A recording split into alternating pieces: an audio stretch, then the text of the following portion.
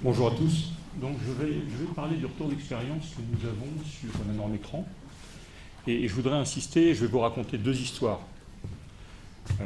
Deux histoires de projets qui ne sont pas obligatoirement sur Paris, mais deux histoires qui parlent quant à la norme. Alors, ces deux histoires, je voulais les raconter un jour, donc j'en ai profité pour cette réunion. Et puis j'ai voulu donc savoir ce qui se passait sur toutes les opérations où nous étions impliqués et les thèmes qui ont été discutés, soit de façon très longue, soit de façon rapide, je les ai listés pour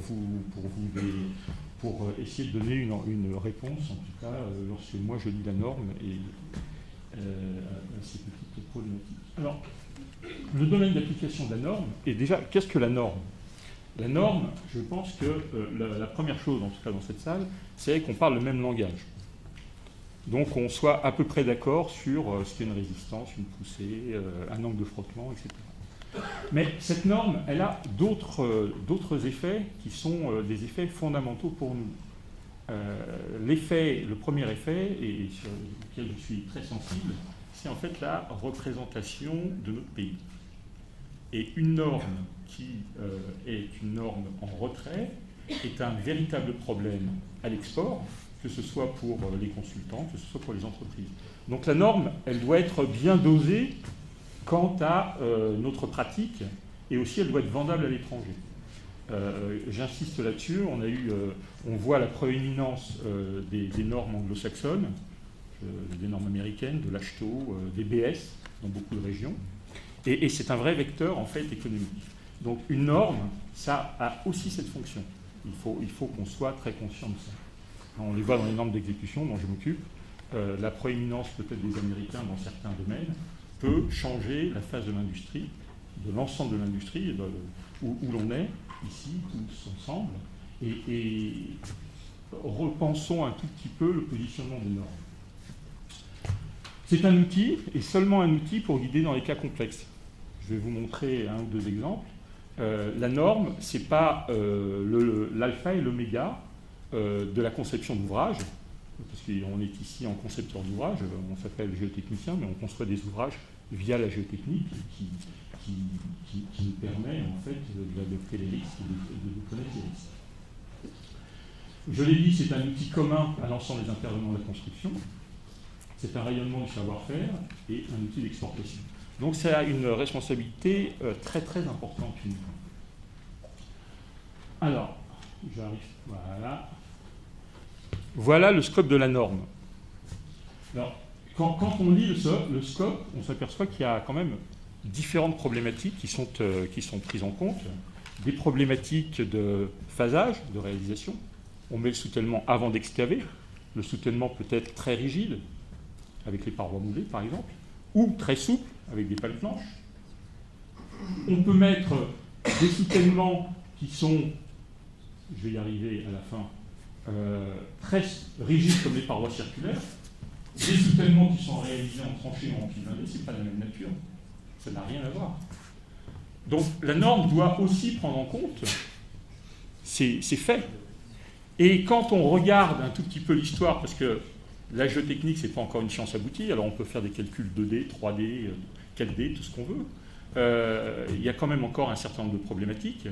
Les calculs, évidemment, sont de plus en plus sophistiqués, les modèles de plus en plus compliqués, les données de plus en plus difficiles à obtenir, non pas parce qu'on ne fait pas d'essais, mais parce que les essais ne collent pas obligatoirement avec les modèles qui sont prescrits ou qui sont inscrits dans tous les logiciels qu'on utilise. Donc il ne faut pas non plus se tromper. Évidemment, on sait mieux calculer, mais est-ce qu'on calcule mieux à la fin ? C'est une vraie problématique. Il ne faudrait pas croire et faire croire qu'on peut approcher, d'ailleurs la norme là-dessus est très claire, les tassements, les déplacements, etc., de façon très précise. Ce ne sont que des ordres de grandeur. Alors, cette différence de nature d'ouvrage, je vais... voilà. Donc, cette norme permet je dirais, dimensionner ou prédimensionner des ouvrages de nature très variable. Cette norme est quand même le résultat, en tout cas pour les plus anciens, ils s'en rappellent, de la pratique française. Hein. On a collé la pratique française, et c'est normal, au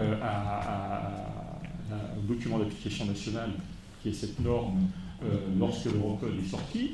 Le niveau de sécurité A n'a pas été touché, hein, parce que c'était quand même un point fondamental pour cette norme d'application.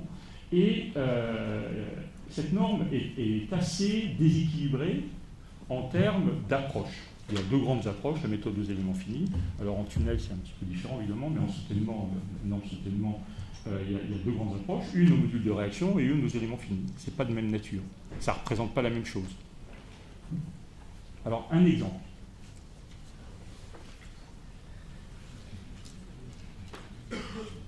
Voilà. Le premier exemple que je vais citer, c'est ce puits.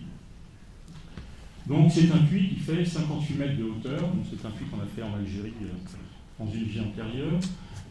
Diamètre partie haute 15 mètres, diamètre partie basse 10 mètres. Puits totalement traditionnel. Voilà. Donc, vous avez sur les 15 premiers mètres les deux premières couches de terrain, des remblais, des blocs de gneiss, etc. Vous voyez, caractérisation classique, 30-25 degrés 0. Nous avons une couche de 15 mètres qui est de mécachiste broyé, caractérisé à 35 degrés 0, puis après, quelque chose de plutôt costaud, mécachiste rocheux, 30 degrés 150 kPa. Et les méthodes de dimensionnement. Alors, le phasage, dans la partie haute, nous avons des sols granulaires, donc il y avait des pailles-feuilles d'accu, des cintres, et dans la partie basse, on n'avait pas besoin de mettre de blindage à la descente, parce que le sol est suffisant. Alors, la première approche, c'est soit rankine, soit K0, ça dépend de ce qu'on veut faire, mettons rankine. Voilà ce que ça donne en termes de distribution de pression. Alors, pour ceux qui ont dimensionné des puits blindés, ça ne marche pas. On a toujours des problèmes en tête. D'accord ? Il n'y a pas de pression en tête, la pression est max à la base. Oui, c'est ce qu'on apprend à l'école tous les jours. Indépendamment de la profondeur et des dimensions de l'ouvrage, on est tous habitués à faire ça à la main. Et puis, on regarde ce qui est fait et on prend par exemple les méthodes de Peck, Terzaghi et Peck. Les méthodes de Terzaghi et Peck, elles sont basées sur l'expérience. Ce sont des retours d'expérience, des fouilles à Berlin, à Chicago.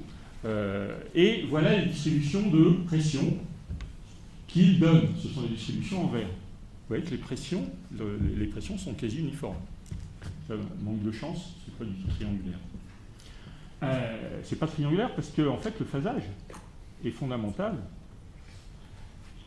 Vous voyez aussi qu'à la base du puits, il y a très peu d'efforts.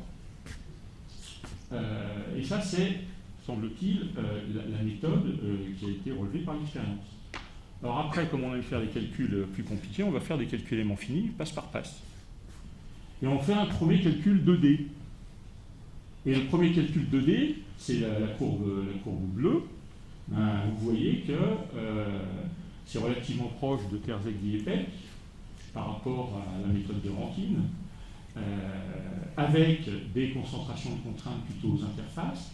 Et puis, vous voyez aussi qu'il y a des répartitions de contraintes qui sont plus faibles à la base du puits. Mais ça, c'est que du 2D.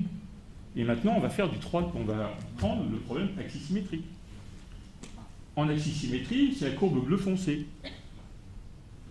Mais ce qui est assez visible, c'est qu'en fait, la pression est quasi constante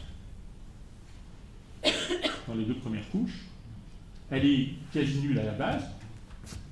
Et puis, elle est supérieure en tête de couche et, évidemment, supérieure en tête de couche, inférieure à Rankine et aussi inférieure au calcul de D pur et dur. Pourquoi ? Tout simplement parce que j'ai que 30 minutes, donc on ne peut pas aller dans le détail. Mais quand vous voyez le chargement du cintre, eh bien, le cintre se charge au fur et à mesure de l'excavation. Vous avez des points durs qui sont faits, le cintre se charge. Et c'est ce qu'on retrouve dans la pratique française, même à Paris, lorsqu'on fait des puits blindés, qu'on utilise des planches métro. On ne peut évidemment pas dimensionner des puits, ou en tout cas justifier ce que l'on faisait il y a quelques temps, si on ne prend pas en compte un certain phasage. Et ce phasage de réalisation, eh bien, il n'y a pas beaucoup de méthodes dans notre norme qui le permettent. Seule la méthode élément fini le permet. en respectant évidemment le phasage. Donc ça, c'est la première chose.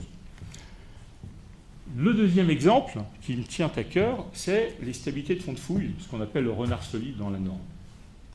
Le renard solide, on ne peut pas le dissocier des répartitions de pression.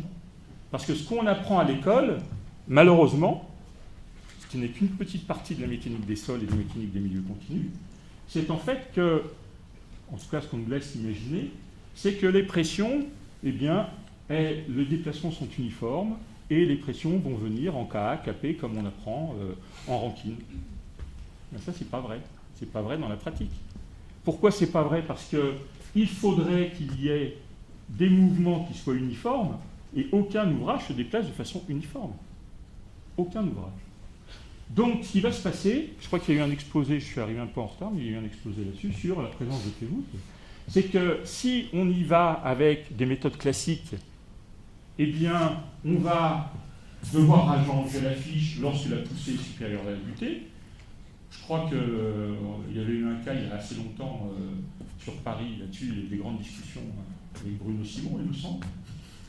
Donc c'est un sujet qui remonte déjà un certain temps, dans certains. La poussée est supérieure à la butée dans nos diagrammes classiques. Mais est-ce que c'est vrai? Je ne pense pas. Alors, la méthode, c'est de rallonger les fiches, d'aller s'encastrer pour des soutènements dans des couches compétentes en profondeur, de ramener des efforts, et ça, c'est un problème. Donc, ce que je vous disais à l'instant, c'est qu'on suppose que l'ensemble du déplacement est uniforme et que on a les cas qui sont mobilisés, la poussée qui est mobilisée, etc. C'est l'hypothèse fondamentale que vous avez dans les modules de réaction, et le module de réaction ne peut refléter que ça, étant donné que le sol est modélisé comme un ensemble de ressorts indépendants. Donc la limite du modèle, il faut la connaître. Ça ne veut pas dire que le modèle n'est pas bon, mais le modèle est bon dans une certaine limite. Ça, c'est la stabilité de fond de fouille. Alors ça, c'est pour une fouille qui est peu profonde et large. C'est ce qu'on remarque. Alors on peut en penser ce qu'on veut, c'est ce qu'on remarque, c'est la réalité des choses. Le fond de fouille, il peut être stable alors qu'il y a un déficit entre la poussée et la butée. C'est pas tout à fait le même mécanisme parce qu'on imagine une pression, en fait on est déterministe dans le choix du champ de pression. Et il existe sur des ouvrages des pressions qui sont largement inférieures aux poussées actives parce que vous avez des effets voûtes qui se développent. Donc voilà par exemple un exemple de mode de rupture qu'on remarque. Alors maintenant, je vais vous montrer une petite étude paramétrique qui est intéressante, il me semble. Donc c'est un soutènement hyperstatique, cohésion non drainée d'un CAPA, peu importe les valeurs, nu égale 0,49, un cas 0,21. Dans les modules de réaction, bon, c'est 135 CU, c'était les règles actuelles, les règles quand on partait à l'étranger. Le cas de 135 CU, un UI donné. Et ce que vous voyez, c'est que la capacité portante dans le mode de rupture, sigma moins pi plus de CU, le fond de fouille est stable. La poussée, par contre, est supérieure à la butée. C'est la vie. Donc, on fait une étude, alors, soit avec les méthodes qui datent d'un certain temps, les méthodes de Hyde, par exemple, soit avec Flaxis, qui est la nouvelle génération, et on se met à calculer ce soutènement sans fiche. Donc vous voyez, en abscisse du graphe du haut, vous avez en horizontal la fiche, et en ordonnée, vous avez le facteur de sécurité qui est défini comme par la valeur où vous pouvez en fait diviser le CU, la résistance du sol, afin de trouver la limite de stabilité, donc la définition classique.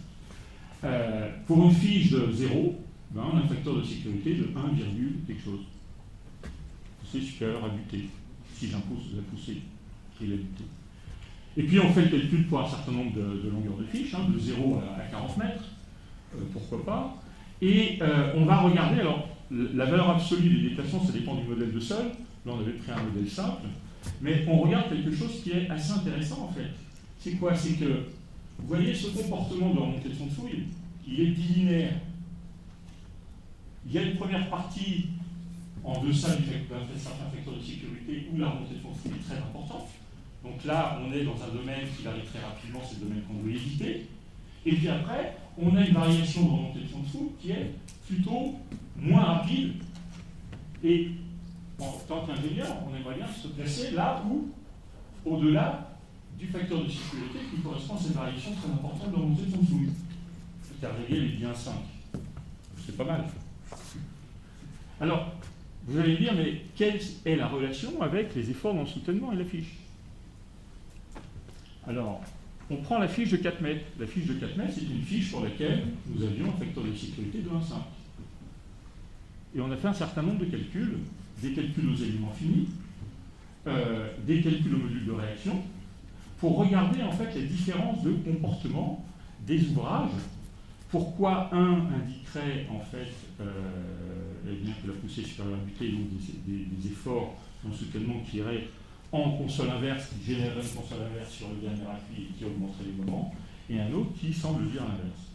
Eh bien, vous regardez la distribution des pressions. En fait, la distribution des pressions, vous avez d'un côté Plaxis, l'autre programme, qui est un programme module de réaction. Vous voyez que la distribution des pressions n'a rien à voir. C'est-à-dire que vous avez une concentration des poussées sur les appuis, puis après vous avez une diminution des poussées, je vais pas par ici, et la résultante, vous voyez qu'à 4 mètres de profondeur, vous avez dans cette zone, le petit triangle, vous avez une butée qui est supérieure à la poussée. Alors, on peut refaire l'exercice de la même façon avec une fiche de 10 mètres, mais ce qui est intéressant, c'est ça. C'est maintenant, je compare en fonction de la longueur de la fiche, les efforts internes dans le soutènement. Ce que vous voyez, c'est qu'à partir d'une fiche de 4 mètres, et vous pouvez augmenter la fiche, et bien les efforts internes dans le soutènement, calculés par Plaxis, qui sont les points jaunes, les carrés jaunes, eh bien, sont constants. Donc le moment dans le soutènement, il vaut 400, 500 kN par mètre. Le moment avec une approche, je dirais, déterministe, où on impose des pressions, eh bien, plus on augmente la fiche, et plus c'est terrible. Alors, ce qui est intéressant, c'est que ça, Terzaghi, il l'a fait en 1930. Mais il l'a fait à la main. Il l'a fait à la main, et quand il l'a fait à la main, il a défini la pression équivalente qu'il fallait mettre dans le calcul du soutènement pour trouver le moment sur appui. Cette valeur-là, eh bien, ce n'est que l'intégrale de ce triangle de déficit poussé moins buté. Ce n'est que ça. D'accord? Donc, ce que je voulais vous dire, c'est que le déterminisme, c'est bien lorsque ça s'applique, mais souvent ça ne s'applique pas. Et le code doit refléter aussi la possibilité du non-déterminisme de façon très explicite. Si on impose des diagrammes de poussée, on est en train de violer les lois de la mécanique. C'est une évidence que je dis, mais je pense qu'une ouverture potentielle du code vers la physique est nécessaire pour pouvoir imaginer d'autres mécanismes que les mécanismes qui s'imposent de façon très vive. Donc ça, c'est le premier point. Alors maintenant, je vais passer aux discussions qu'on peut avoir sur le code. Alors, les calculs en conditions drainées, non drainées. Alors, c'est toujours difficile d'apprécier les conditions de drainage, surtout durant les phases travaux. Est-ce que les sols drainent, ne drainent pas? Est-ce que lorsque je cisaille, je génère des surpressions négatives, des surpressions positives, dépendant de la surconsolidation des sols? Ça, c'est la réalité et il n'y a pas de réponse exacte. Il n'y a pas de réponse exacte. Alors, la pratique parisienne, c'est de mettre des paramètres travaux. Donc, c'est un espèce de mix entre des C', Φ' et des CU. Mais, ce qu'on remarque quand même, c'est qu'il doit y avoir une certaine cohérence. C'est-à-dire qu'il n'y a pas de variation et d'oscillation de résistance entre le court terme et le long terme. On ne peut pas être plus résistant et avoir des résistances de sol et des butées plus importantes durant la phase travaux que soit à court terme, soit à long terme. Hein, parce qu'il y a des surpressions générées, il y a des dissipations de pression, il y a ce qu'on veut, mais à la fin des fins, il faut qu'on encadre quand même. Donc ça, c'est le premier point de discussion qu'on peut avoir, en fait, sur l'interprétation de ces paramètres travaux. Le film d'eau, donc la théorie du film d'eau, qui est appliquée. Pourquoi faut-il une pression minimum? Il faut une pression minimum tout simplement parce que c'est pas parce qu'on est conditions non drainées et que l'eau est incluse directement dans le modèle qu'il ne peut pas se passer quelque chose à l'interface, un déplacement relatif, et la pression du film d'eau est nécessaire pour des raisons de sécurité. Alors on peut évidemment ne plus avoir de film d'eau si à la descente, en phasage, on ouvre des barbacanes dans le soutènement. Je parle seulement en contrainte totale. Et dans ce cas-là, la pression d'eau qu'on pourrait avoir à l'interface se diminuer. Voilà. Et puis enfin, cette notion de contrainte effective minimum, de contrainte horizontale effective minimum, c'était le concept de pression minimum. Alors la pression minimum, elle a varié, on mettait 10 kPa, 15 kPa, 20 kPa, mais c'est important dans des terrains qui ont des collisions très élevées, au moins qu'il y ait quelques efforts sur le soutènement. Et quand on va en structure, quand il n'y a pas d'efforts, les structuristes sont toujours très gênés de mettre des aciers, alors que la sécurité du projet le requiert. Pour ce qui est de l'inclinaison des contraintes, donc à l'interface sol-soutènement, cette inclinaison des contraintes, elle est proposée à 2/3 de phi, que ce soit en poussée, que ce soit en butée. Alors, le point important des discussions qu'on peut avoir sur ce sujet est le suivant. Il y a deux termes à la résistance. Il y a un terme qui est l'angle de frottement et l'autre terme qui est la cohésion. Et il est recommandé dans notre code d'utiliser le même ratio de 2/3 sur l'inclinaison des contraintes. Il faut quand même imaginer qu'il y a une liaison entre les contraintes d'adhérence sur les soutènements et la portance. Donc je prends un exemple. Si dans l'argile plastique, vous avez un CU de 200 kPa et que vous avez un QS de 50 kPa, vous n'êtes peut-être pas obligatoirement dans le même ratio que le ratio des 2/3. Donc cette limitation qui existe dans un certain nombre de codes à l'international sur les conditions d'adhérence et en particulier la partie de la cohésion, soit effective, soit cohésion non drainée, dans le calcul des inclinaisons de contrainte, à un moment donné, on doit être en phase avec ça. C'est-à-dire si le terrain frotte très peu, pour X ou Y raison, eh bien peut-être que la partie de la cohésion de la butée, en termes d'inclinaison de contrainte, n'est pas à 2/3, et peut-être qu'il faut la limiter. C'est une réflexion qu'on peut avoir. Alors, un autre sujet important de discussion, et depuis la CNJEG a complété, en tout cas a proposé un document, c'est sur les soutènements hyperstatiques. Le code renforce l'idée qu'il faut avoir au moins 1,5 de sécurité sur la butée. Mais pourquoi? Pourquoi ça? Est-ce qu'il y a une raison quelconque? Oui, sur un soutènement ISO, il vaut mieux. Est-ce que sur un soutènement hyperstatique, on a besoin d'avoir tant de sécurité sur la butée? Qui n'a pas fait de console inverse? Il y a des projets, on fait des consoles inverses. Parce qu'on n'a pas besoin de butée, ou on ne veut pas aller s'ancrer dans le rocher, et c'est tout. Eh bien, aujourd'hui, lorsque le soutènement est hyperstatique, on peut avoir des sécurités qui sont inférieures à 1,5. On peut même avoir une poussée supérieure à la butée. Le sujet, c'est quoi?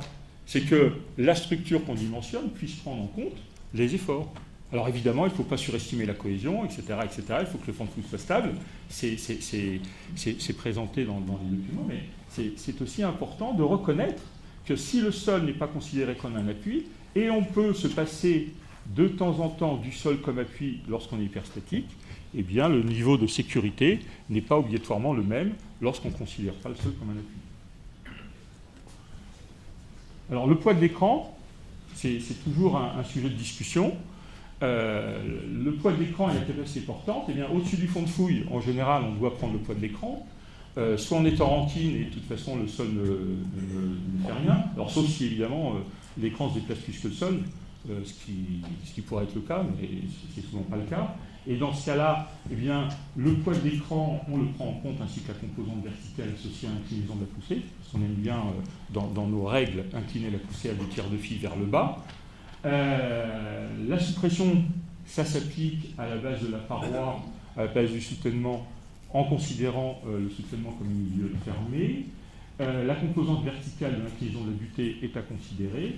La descente de charge, évidemment, est à considérer. Et puis le reste de la fiche, on a en général des fiches qui sont supérieures aux longueurs minimum de stabilité, eh bien, est à prendre en compte pour la capacité portante.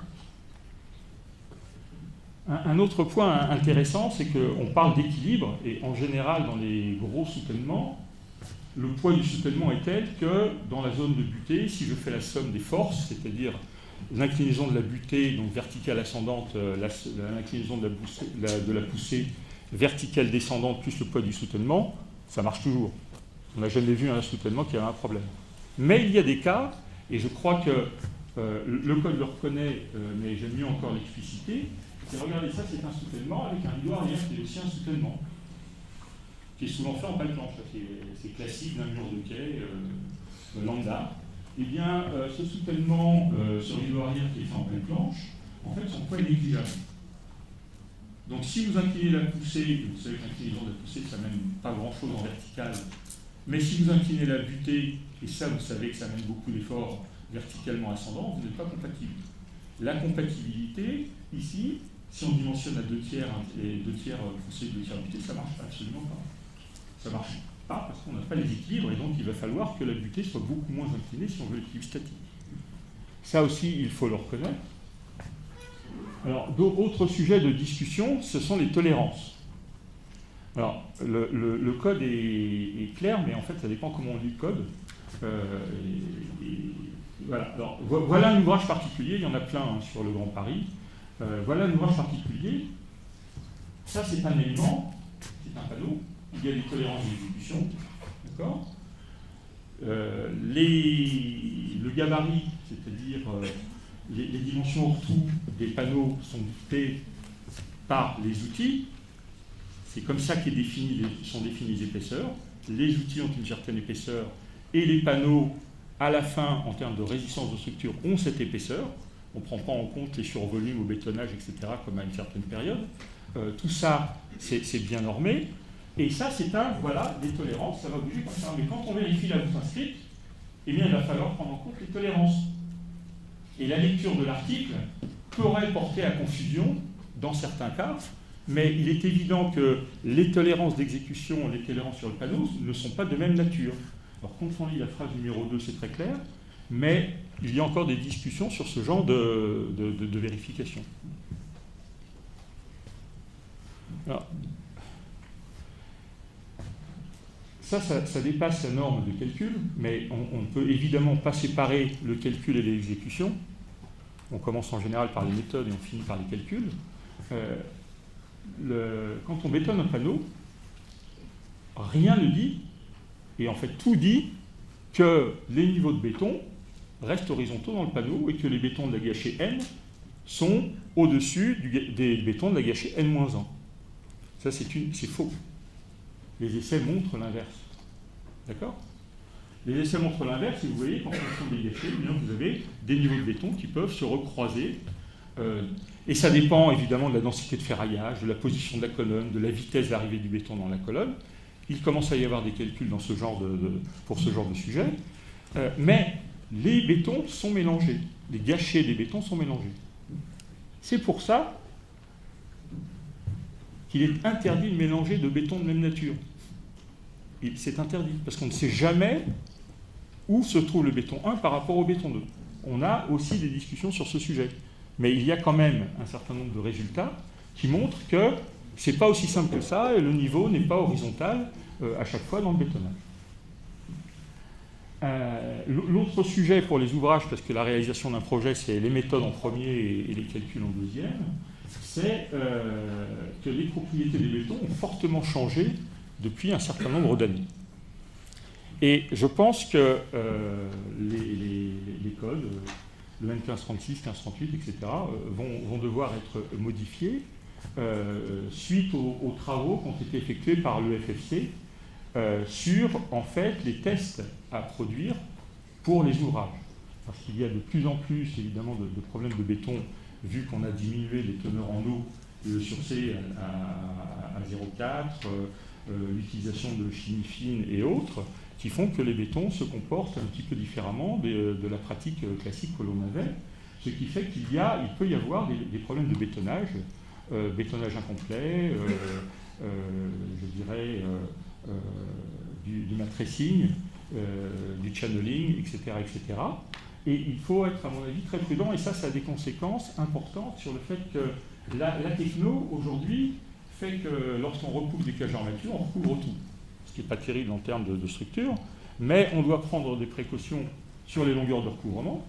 Donc, essayer de se battre sur les longueurs de recouvrement pour gagner 20 cm en stratégie de sécurité, c'est une erreur, sachant que les bétons peuvent jouer un certain nombre de tours à tout le monde. Ça, c'est le premier point. Et puis, le deuxième point, c'est qu'il faut couturer, avec le respect de l'Eurocode 2, évidemment, mais il faut couturer les zones de recouvrement. Si on ne les couture pas, c'est pas terrible, et en plus, les bétons peuvent amener à souci.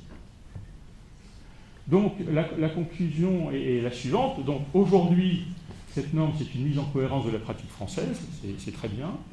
Elle reflète notre histoire. Donc, comme elle reflète notre histoire, elle reflète l'histoire des distributions de pression. Elle permet évidemment un dialogue, et c'est pour ça qu'il y a des retours d'expérience, parce que si on n'arrivait pas à parler, ça serait compliqué. Donc, c'est un vrai dialogue entre tous les intervenants, et il faut que la norme soit claire, le plus clair possible, tout en laissant ouvert les portes, évidemment, parce qu'on peut être inventif et prendre en compte les expériences passées ou même les développements futurs. Et aujourd'hui, évidemment, ils permettent de concevoir des projets qui sont sûrs, qui répondent aux attentes du pays et de nos clients sur les niveaux de sécurité. Voilà, je vous remercie.